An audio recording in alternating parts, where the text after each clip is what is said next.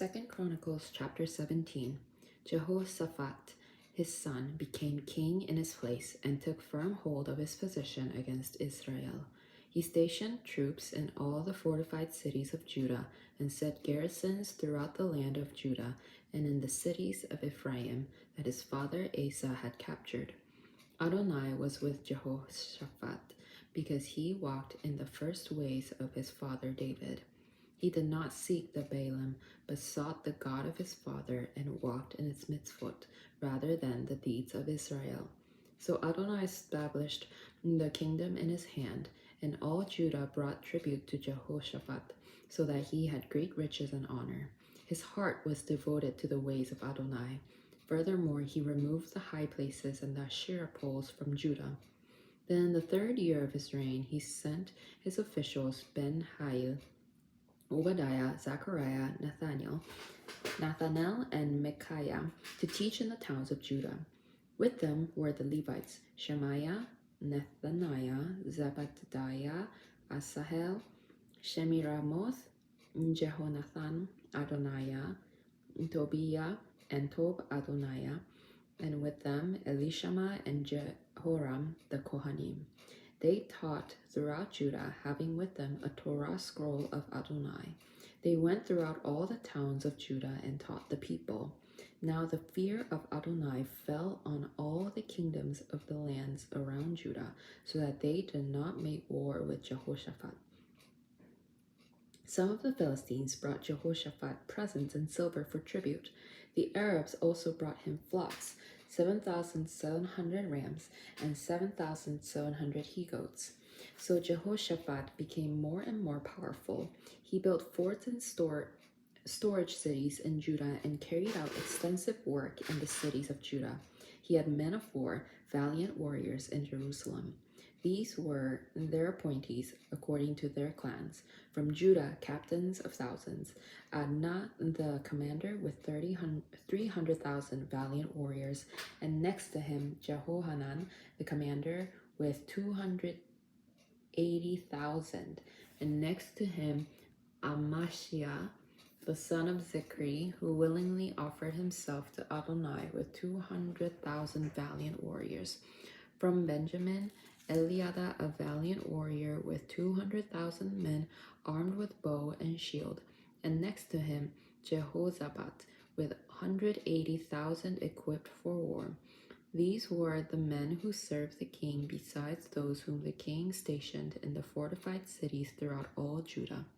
Chapter 18. Now Jehoshaphat had wealth and honor in abundance, but he allied himself with Ahab by marriage. Some years later, he went down to visit Ahab in Samaria. Ahab slaughtered many sheep and bulls for him and the people with him, and urged him to march with him against Ramoth-Gilead. King Ahab of Israel asked King Jehoshaphat of Judah, "Will you go with me against Ramoth-Gilead?" He replied, "I am as you are, and my people as your people, and we will be with you in battle." Jehoshaphat then said to the king of Israel, "Please let us seek today the word of Adonai." So the king of Israel assembled the prophets, 400 men, and asked them, "Should we go to war against Ramoth-Gilead, or should I hold off?" They answered, "Go up, for God will give it into the king's hand." But Jehoshaphat asked, "Isn't there another prophet of Adonai here of whom we should inquire?" The king of Israel said to Jehoshaphat, "There is still one man through whom we can inquire of Adonai, but I hate him because he has never prophesied anything good about me, but always evil. He is Micaiah, son of Imlah." But Jehoshaphat said, "May the king never say such a thing." So the king of Israel called an official and said, "Bring Micaiah, son of Imlah, quickly." Now the king of Israel and King Jehoshaphat of Judah, wearing their robes, were sitting on their thrones on the threshing floor at the entrance of the gate of Samaria, with all the prophets prophesying before them. Zedekiah, son of Henaanah, made for himself iron horns and declared, "Thus says Adonai, with these you will gore the Arameans until they are exterminated." All the other prophets were prophesying similarly, saying, March against Ramoth Gilead and succeed, for Adonai will give it into the hand of the king. Now the messenger who had gone to summon Micaiah spoke to him, saying, the words of the words of the prophets are unanimously favorable to the king. So please let your word be like one of them and speak favorably. But Micaiah replied, As Adonai lives, what my God says, that is what I will say. When he came to the king asked him, Micaiah, should we go to war against Ramoth Gilead, or should I hold off? He replied, March and be victorious. They will be given into your hand. But the king said to him, How many times must I make you swear to tell me nothing but the truth in the name of Adonai? So he said, I saw all Israel scattered on the hills like sheep without a shepherd. And Adonai said, These have no master. Let each man return home in shalom. So the king of Israel said to Jehoshaphat, Didn't I tell you that he never prophesies good about me, only evil? Micaiah continued, Therefore hear the word of Adonai. I saw Adonai sitting on his throne with the whole host of heaven standing on his right and on his left. And Adonai said, Who will entice Ahab, king of Israel, to go up and fall at Ramoth Gilead? Then one said this and another said that, until a spirit came forward and stood before Adonai and said, I will entice him. So Adonai said to him, How? He answered, I will go and be a deceiving spirit in the mouth of all of his prophets. Then he said, You will entice him, and you will also succeed. Go and do so. So now, behold, Adonai has put a lying spirit in the mouth of these prophets of yours, and Adonai has decreed disaster against you. Then Zedekiah, son of Chenaanah, approached Micaiah, slapped him on the cheek, and said, How did the spirit of Adonai pass over me to speak to you? Micaiah replied, Behold, you will see on the day that you go to hide in an inner room. Then the king of Israel said, Take Micaiah and turn him over to Ammon, governor of the city, and to Joash the king's son, and say, Thus says the king, Put this fellow in prison and make him eat the bread and water of affliction until I return in shalom. Then Micaiah said, If you ever return in shalom, Adonai has not spoken through me. He added, Listen, all you people. So the king of Israel and Jehoshaphat, the king of Judah, marched against the Ramoth Gilead. Then the king of Israel said to Jehoshaphat, I will disguise myself and go into the battle, but you put on your robes. So the king of Israel disguised himself, and they went into the battle. Now the king of Aram had already ordered his chariot commanders, saying, Don't attack anyone, small or great, except the king of Israel alone. So when the chariot's commanders saw Jehoshaphat, they thought, This is the king of Israel. So they turned to attack him, but Jehoshaphat cried out. Adonai helped him, and God diverted them from him. When the chariot commanders realized that he was not the king of Israel, they turned back from pursuing him. But a man drew his bow aimlessly and struck the king of Israel between the lower armor and the breastplate. The king said to the charioteer, Turn around and take me out of the battle, for I am wounded. The battle raged that day, and the king of Israel remained propped up in his chariot, facing the Arameans until dusk. Then at sunset he died. Chapter 19. Then King Jehoshaphat of Judah returned safely to his palace in Jerusalem. Jehu, son of Hanani, the seer, went out to meet him and said to the king of Jehoshaphat, Should you help the wicked and love those who hate Adonai? Because of this, wrath from before Adonai is against you. Nevertheless, good things are found in you, for you have removed the Asherah poles out of the land and have set your heart to seek God. Jehoshaphat dwelt in Jerusalem, and he went out again among the people from Beersheba over to the hill country of Ephraim, and brought them back to Adonai, the God of their fathers. He also appointed judges in the land throughout all the fortified cities of Judah, city by city. He said to the judges, Consider what you are doing, for you do not judge for man, but for Adonai who is with you when you pass judgment. Now then, let the fear of Adonai be upon you. Be careful what you do, for there is no injustice or favoritism or bribe-taking with Adonai Eloheinu. In Jerusalem also, Jehoshaphat appointed some of the Levites, Kohanim, and the leading patriarchs of Israel to render the judgment of Adonai and to settle disputes among the inhabitants of Jerusalem. He charged them, saying, "This is how you shall act in the fear of Adonai, faithfully and wholeheartedly, when any dispute comes to you from your kinsmen who live in their cities, whether bloodshed or concerning Torah, mitzvot, statutes, or ordinances, you must warn them so that they will not be guilty before Adonai. Otherwise, wrath will come upon you and your kinsmen. Act accordingly, and you will not be guilty. Behold, Amariah, the chief Kohen, will be over you in all matters pertaining to Adonai, and Zebadiah, the son of Ishmael, the ruler of the house of Judah, in all the matters pertaining to the king. Also the Levites will serve as officials before you. Act courageously, and may Adonai be with the good." Chapter 20. Now it happened after this that the Moabites and the Ammonites, together with the other Ammonites, came to make war against Jehoshaphat. Some came and reported to Jehoshaphat, saying, "A great multitude is coming against you from beyond the sea, from Aram, and are already in Hazazon Tamar, that is, in Gedi." Jehoshaphat was afraid, so he resolved to seek Adonai, and he proclaimed a fast throughout all Judah. Judah assembled to seek help from Adonai. Indeed, they came from all the cities of Judah to seek Adonai. Then Jehoshaphat stood in the congregation of Judah and Jerusalem in the house of Adonai in front of the new courtyard and said, "Adonai, God of our fathers, are you not God in heaven? You rule over all the kingdoms of the nations.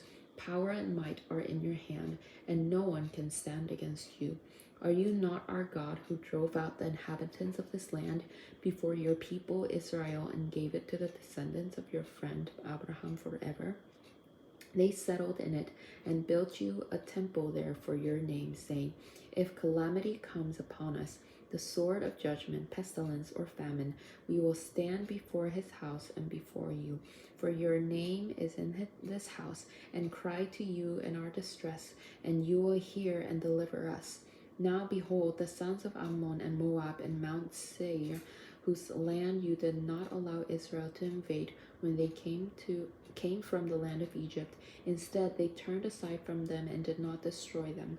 Now behold how they repay us by coming to drive us out of your possession that you gave us as an inheritance. Our God, will you not execute judgment on them? For we have no power to face this great multitude that is attacking us. We do not know what to do, but our eyes are on you." All Judah was standing before Adonai with their infants, their wives, and their children. Then in the midst of the congregation, the Ruach Adonai came upon Jahaziel, son of Zechariah, son of Benaiah, son of Jael, son of Mattaniah, the Levite of the sons of Asaph. And he said, "Listen, all Judah and inhabitants of Jerusalem and king of Jehoshaphat. Thus Adonai says to you, do not be afraid or be dismayed because of this great multitude, for the battle is not yours but God's. Tomorrow go down against them as they come up the ascent of Ziz. You will find them at the end of the valley in front of the wilderness of Jeruel. You will not fight in this battle. Take your positions, stand and see the salvation of Adonai with you. O Judah, Jerusalem, do not be afraid or be dismayed. Tomorrow go out to face them, for Adonai is with you." Jehoshaphat bowed down with his face to the ground, and all Judah and the inhabitants of Jerusalem fell down before Adonai to worship Adonai. Levites from the sons of Kohath and the sons of Korah stood up to praise Adonai, the God of Israel, with a very loud voice. Early in the morning they arose and went out into the wilderness of Tekoa. As they went forth, Jehoshaphat stood and said, "Listen to me, O Judah and inhabitants of Jerusalem. Believe in Adonai your God, and you will be confirmed. Trust in his prophets and you will succeed. After consulting with the people, he appointed singers to Adonai, praising the splendor of his holiness as they went out before the army, saying, Praise Adonai, for his mercy endures forever. As they began singing and praising, Adonai set ambushes against the children of Ammon, Moab, and Mount Seir, who had come against Judah, and they were defeated. For the Ammonites and Moabites rose up against the inhabitants of Mount Seir to exterminate and annihilate them. When they had exterminated the inhabitants of Seir, they helped to destroy one another. When Judah came to the lookout in the wilderness and looked for the multitude, behold, only corpses were lying on the ground. No one had escaped. When Jehoshaphat and his people went to take the plunder, they found an abundance of goods, clothing, and precious articles, which they pillaged, more than they could carry away. For 3 days they were taking the plunder because there was so much. On the 4th day they assembled in the valley of Bracha, or blessing, where they blessed Adonai.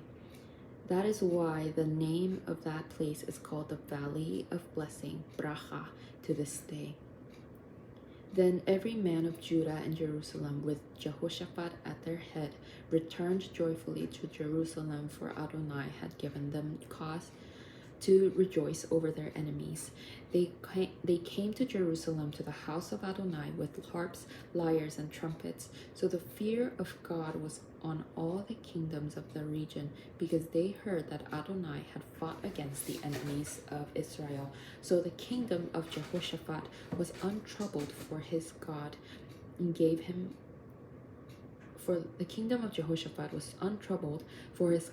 him rest all around.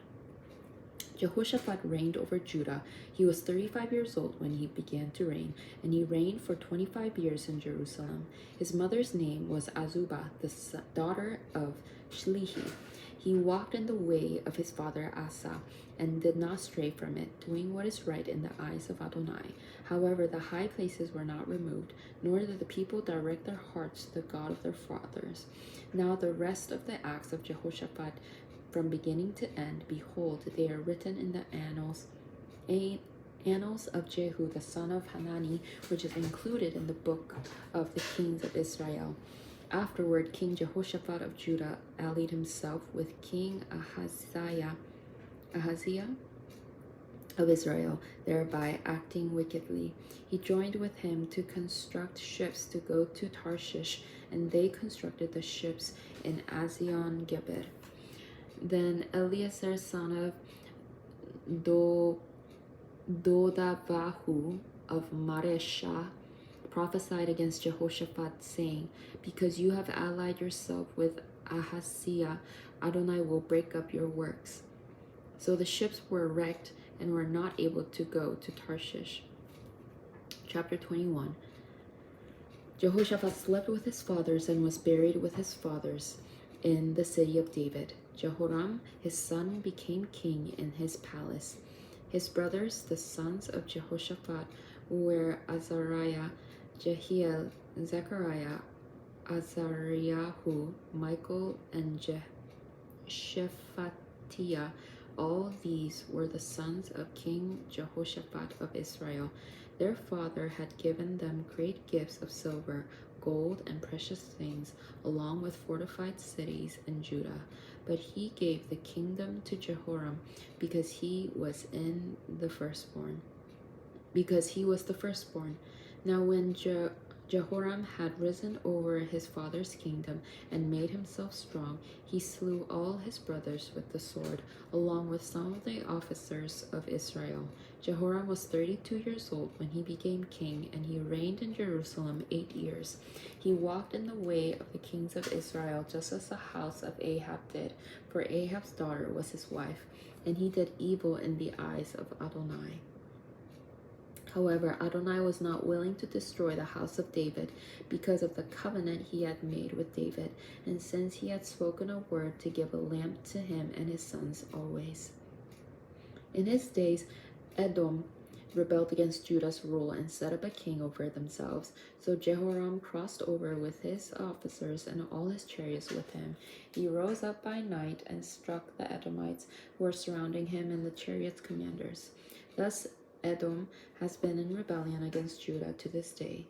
Then Libnah also revolted from under his hand at that time, because he had forsaken Adonai, the God of his fathers.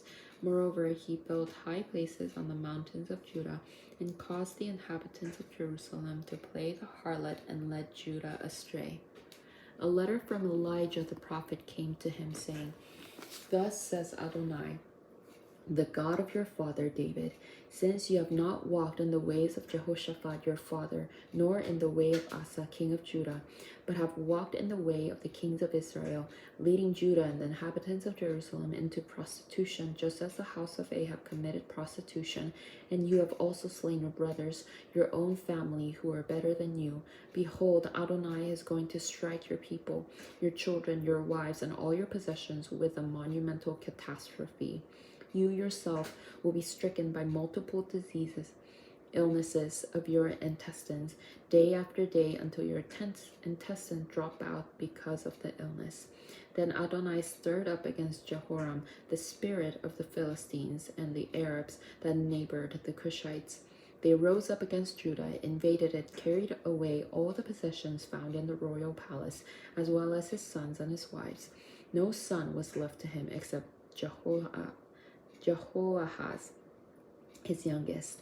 After all this, Adonai smote his intestines with an incurable disease, and it continued day after day for 2 years, so that at the end his bowels fell out because of his sickness, and he died in great agonies. His people made no fire in his honor like the fire of his fathers. He was 32 years old when he became king, and he reigned in Jerusalem 8 years, and he passed away to no one's regret.